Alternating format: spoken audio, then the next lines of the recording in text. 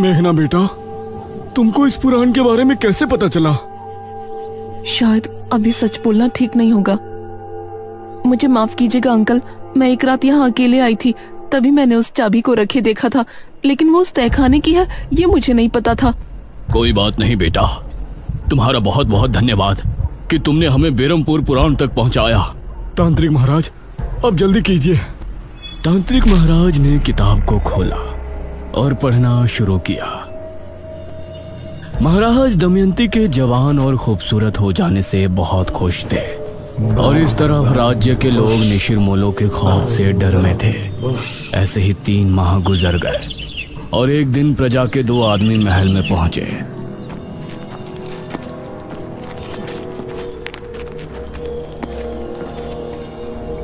महाराज, आपके सिपाहियों ने हमारे गांव के 4 निशिरमोलों को मार दिया और उस मुर्दे को लेकर आपके पास चले आए। आप ऐसा क्या कर रहे हैं महाराज? प्रजा होने के नाते हमारा ये जानने का हक है कि आपने इस तरह का हुक्म क्यों दिया था और आप उन मुर्दों का क्या करते थे? इस पर महाराज कुछ बोलते उससे पहले ही दमयंती बोली, तुम्हारी हिम्मत कैसे हुई ये सवाल महाराज से करने की? दमयंती, आप हमें बात करने दीजिए। नहीं महाराज।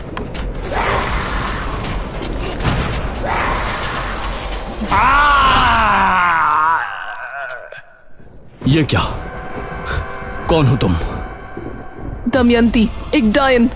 ये सुनकर सभी हैरान और खौफ में थे।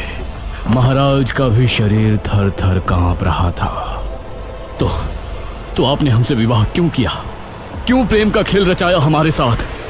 मैं ये पति पत्नी के किसी धर्म को नहीं मानती। मैंने जो कुछ भी किया सिर्फ इसलिए किया कि मुझे समय पर मुर्दों का खून मिलता रहे और उसी से मैं अपनी उम्र को 1000 साल बढ़ा लूं। क्या? ये क्या कह रही है पिताश्री? हाँ, यही सच्चाई है और इस काम में तुमने मेरी मदद की, इसलिए मैं तुमको छोड़ रही हूँ। अब निकल जाओ दोनों पिता और पुत्री यहाँ से। इस राज्य पर अब सिर्फ मेरा राज होगा, डायन दमयंती का। ये कहकर दमयंती ने अपने हाथ की एक उंगली महाराज की तरफ की और तभी राजकुमारी और महाराज इस तरह से महल से बाहर पहुंच गए जैसे किसी अदृश्य शक्ति ने उन्हें फेंका। अब दमयंती सिंहासन पर बैठ गई थी।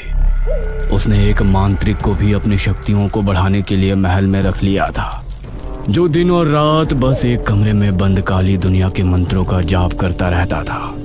महाराज और राजकुमारी भी बहुत परेशान थे। वो एक पहाड़ी पर छिपे बैठे थे। अब हम क्या करें? हमने अपने राज्य को भी मुसीबत में डाल दिया और खुद भी फंस गए। पिताश्री, आपने बहुत बड़ी गलती की है और हमें किसी भी तरह से इससे निपटना पड़ेगा। महाराज ने कुछ सोचा, फिर बोले, हमें ब्राह्मण जी से मिलकर बात करनी चाहिए। अब वो ही हमारी सहायता कर सकते हैं।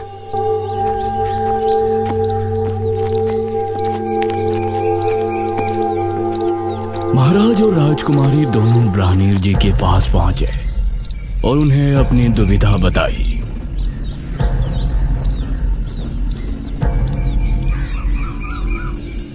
महाराज, दमयंती को मारना नामुमकिन है। उसे सिर्फ कैद किया जा सकता है। तो कैसे कैद कर सकते हैं हम उस डायनी को? पूर्णमासी की रात मध्य रात्रि के पहर अगर उसके ऊपर तांबे के चाकू से हमला किया जाए तो उसकी शक्तियां खत्म हो जाएंगी और अगर सुबह होने से पहले उसे अगर जमीन में गाड़ दिया जाए तो वो अगले कई सालों के लिए कैद होकर रह जाएगी। ठीक है ब्राह्मण जी, हम उसे खत्म करने का एक प्रयास अवश्य करेंगे। नहीं महाराज, यह कार्य केवल एक महान कोमल हृदय और वीर स्त्री कर सकती है। एक ऐसी स्त्री जिसकी वजह से 100 से ज्यादा लोगों की जान जाने से बची हो। मतलब वो इतना पुण्य करने वाली हो कि उसकी वजह से 100 से ज्यादा लोग मौत के मुंह से लौटकर वापस आए हो और अब अच्छे से अपनी जिंदगी जी रही हो। हे भगवान, अब ऐसी स्त्री हम कहाँ ढूंढेंगे? इस पर ब्राह्मण जी ने मेघालय की तरफ देखा और बोले, वो स्त्री कोई और नहीं है, वो तो आप ही है पुत्री, राजकुमारी मेघालय। ये सुनकर मेघालय ने महाराज की तरफ देखा और बोली, हम लेकिन हम कैसे? याद कीजिए महाराज, जब आपके राज्य में महामारी फैली थी तो राजकुमारी मेघालय ही यहाँ उस बीज को सिद्ध कर लाई थी जिससे मृत्युंजय अमृत का पेड़ उगा, और उसकी वजह से सैकड़ों नहीं बल्कि राज्य के हजारों लोगों की जान जाने से बची। यह सुनकर महाराज ने राजकुमारी मेघालय की तरफ देखा। राजकुमारी, अगर आप ना होती तो अभी तक हम सिर्फ उस स्त्री को ढूंढ रहे होते जिसने इतने पुण्य का कार्य किया हो। ब्राह्मीर जी, अब बताइए कि अगली पूर्णमासी कब है और उस डायन को हमें कैसे काबू करना है? दमयंती हर पूर्णमासी की रात शमशान भूमि पर बैठकर सुबह होने तक एक महामंत्र का जाप करती है। आधी रात के समय जब वो जाप में लीन होगी तो उस पर हमला करने का वही उचित समय होगा। उस पर हमला करने से पहले तुमको एक मंत्र पढ़ना होगा और बिना देर किए उस पर वार कर देना। ठीक है ब्राह्मीर जी, इस पूर्णमासी की रात दमयंती के जुल्म की आखिरी रात होगी। दमयंती बहुत खुश थी और पूरे राज्य की प्रजा पर उसका प्रकोप बरस रहा था। कोई भी उसके खिलाफ खड़े होने की हिम्मत नहीं कर सकता था। वो अपनी शक्तियां बढ़ाने के लिए हर माह कितने लोगों को अपना शिकार बनाती थी। कुछ दिन ऐसे ही गुजर गए।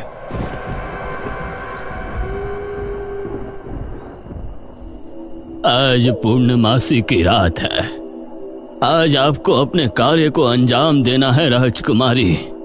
यह कहते हुए ब्राह्मणीर जी ने राजकुमारी को एक चमड़े की लपटी दी और फिर ब्राह्मणीर जी का आशीर्वाद लेकर महाराज और राजकुमारी शमशान की तरफ रवाना हुए।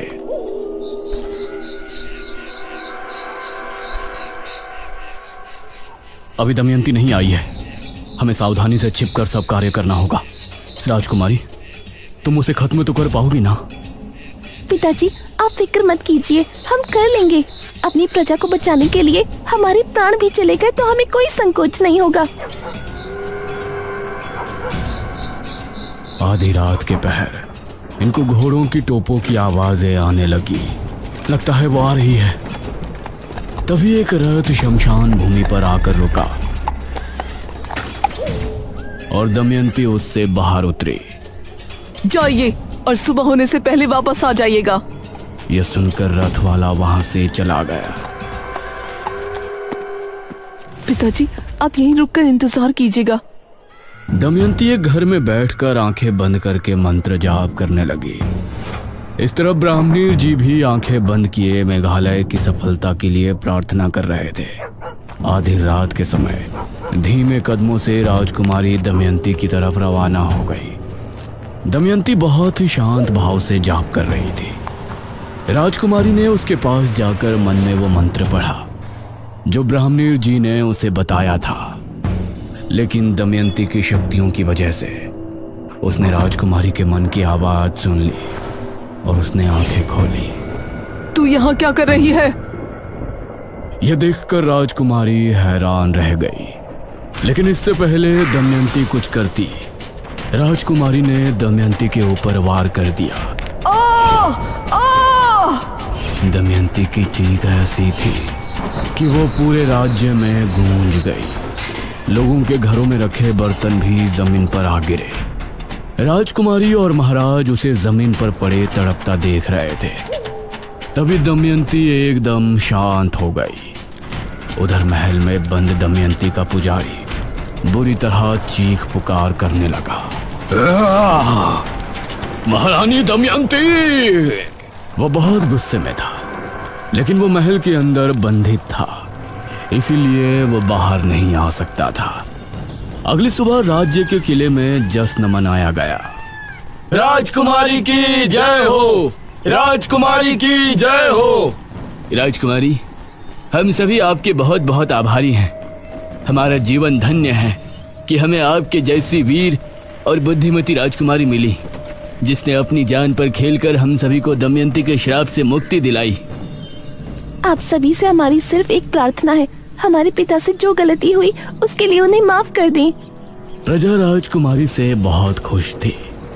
उन्होंने उसकी बात को फौरन स्वीकार कर लिया। ब्राह्मण जी, दमयंती को किस जगह कैद किया गया है? राजकुमारी, दमयंती को राज्य की एक गुफा के अंदर कैद किया गया है। वो वहाँ से वापस तो नहीं आने वाली ना?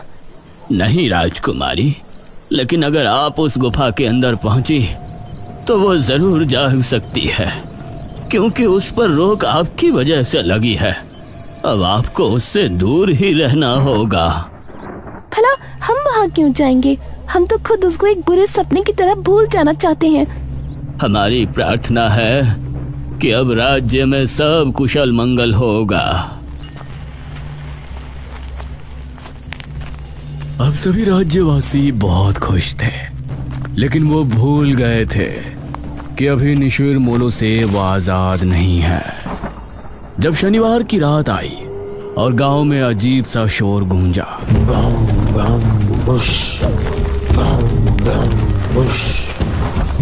तो उसे सुनकर सभी की रूह कांप उठी। अरे, ये तो निशिर मोलो की आवाज है। निशिर मोलो आए और अपने साथ 2 आदमियों को उठाकर ले गए। अगली सुबह फिर से सभा बैठाई गई।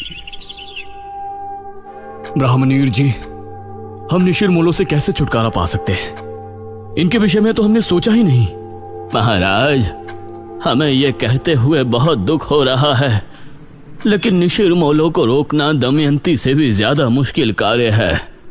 हमें बताइए, हम अवश्य करेंगे। निशिर मोलो महाराज को एक दुष्ट राजा मानते हैं। यह सुनकर राजकुमारी के चेहरे पर परेशानी के भाव भर आए। हम उनसे बात करेंगे। निशिर मोलो के गुनहगार हम हैं, तो उनसे प्रजा को मुक्त कराना भी हमारा कर्तव्य है। नहीं पिताश्री, वो आपको देखते ही मार देंगे। ये कार्य हमें करने दीजिए आप। ठीक है पुत्री, लेकिन आप करेंगे क्या? ये सुनकर राजकुमारी के माथे पर सलवटें उभर आई।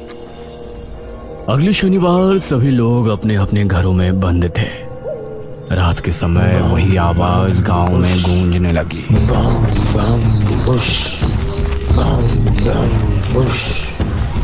निशिर मोलो के खौफ से सभी के दिल दहल उठे थे। वो कंधे पर ताबूत उठाए राज्य में घूम रहे थे अपने नए शिकार की तलाश में। उन्होंने देखा कि सामने राजकुमारी खड़ी है और वो तेजी से उसकी तरफ बढ़ने लगे। वो उसके करीब पहुंचने ही वाले थे। हम है राजकुमारी मेघालय और हम अपने पिता की क्रूरता से बहुत शर्मिंदा हैं। यह सुनते ही निशिर मोलो रुक गए और उनकी निगाहें राजकुमारी पर जम गई। हम नहीं चाहते कि हमारे पिताश्री की गलती की सजा पूरी प्रजा भुगते।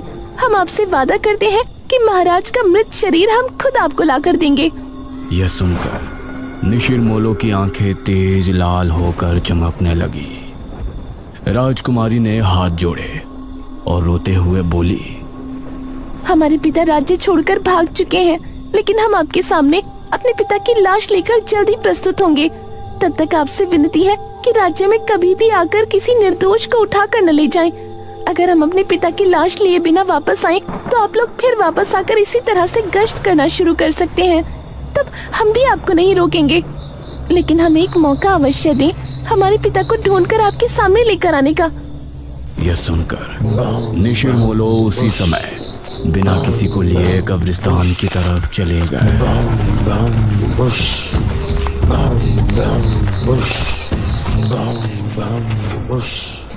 अगली सुबह सभी लोग महाराज और राजकुमारी के सामने प्रस्तुत थे।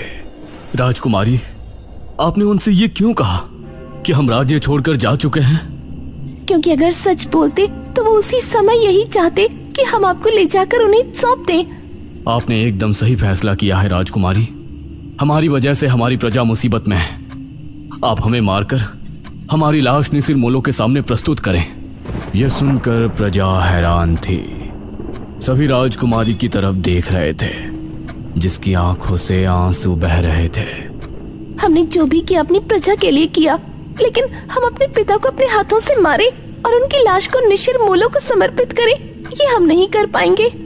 अगर ऐसा नहीं किया तो वो फिर से आएंगे। नहीं पिताजी, हम और आप आज ही राज्य छोड़ देंगे और अलग अलग दिशाओं में निकल जाएंगे। इससे निशिर मोलो कभी भी यहाँ वापस नहीं आएंगे। क्योंकि हमने उनसे वादा किया है कि जब हम यहाँ कदम रखें तभी आप राज्य में फिर से आना, और अगर उस समय हम अपने पिता की लाश आपको समर्पित ना करें तो आप फिर से उसी तरह भ्रमण शुरू कर देना। राजकुमारी की बात सुनकर सभी की आंखों से आंसू बह निकले।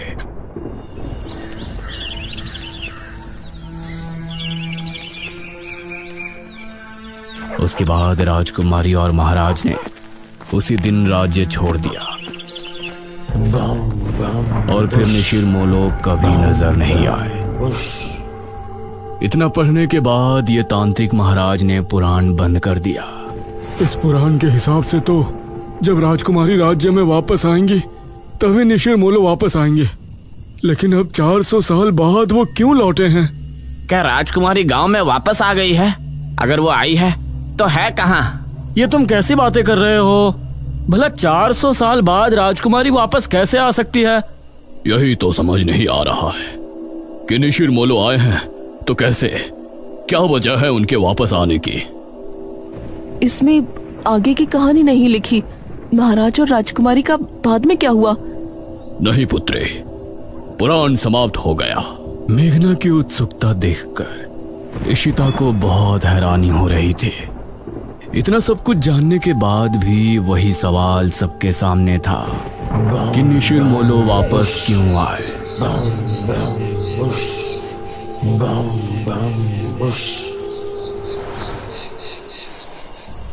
रात के समय इशिता और मेघना जब कमरे में थे तो मेघना अभी भी सोच में डूबी थी। मेघना, तेरा क्या चल रहा है यार? तू क्यों इतना गहराई में जा रही है? तभी अनुज भी कमरे में आ गया।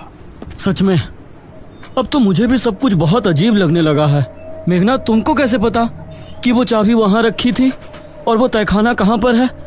मुझे यकीन है कि तुमने झूठ बोला है। तुम राजमहल में मेरे बिना तो दोबारा नहीं गई होगी। इशिता और अनुज दोनों मेघना की तरफ गौर से देख रहे थे। मुझे बचपन से ही सपने आते थे जिनमें मृत्युंजय अमृत का पेड़ मुझे दिखाई देता था। जब मैंने यहाँ गांव की जमीन पर कदम रखा तो मौसम बदल गया था और आंधी आ गई थी। उसी रात मुझे महल के बारे में सपने आए और राजमहल से जब हम वापस आए तो उस रात मैंने खुद को सपने में राजकुमारी बने देखा। उसी सपने में मैंने खुद को तहखाने में जाते देखा और जब मैं महल पहुंची तो वो चाबी और तहखाना वहीं थे। सबसे जरूरी बात यह है कि जब मैं गांव में आई थी उसके अगले रात से ही निशिर मोलो ने गांव में आना शुरू किया। इतना सुनकर इशिता और अनुज दोनों हैरान रह गए। मेघना ने भी इन दोनों की तरफ देखा और सवाल किया, ये सब सुनकर अब तुम दोनों को क्या लगता है? इसका मतलब है कि पिछले जन्म में तुम ही राजकुमारी मेघना थी और निशिर मोलो इसलिए गांव में वापस आए क्योंकि तुम यहाँ वापस आ चुके हो। हाँ, ये सब मेरी वजह से हो रहा है। हे भगवान, तो अब हम क्या करेंगे? क्या हमें यहाँ से चले जाना चाहिए? नहीं, मुझे नहीं लगता कि उससे कोई फायदा होगा। या तो वो मुझे लेकर जाएंगे या फिर महाराज की लाश। ये तीनों अब गहरी सोच में डूब गए और उस तरफ तांत्रिक महाराज और गांव के लोग भी परेशान थे। इस कहानी में आगे क्या होगा? मेघना किस तरह से निशिर मोलो से गांव को आजाद कराएगी? ये जानने के लिए इस कहानी का अगला और आखिरी भाग जरूर देखें।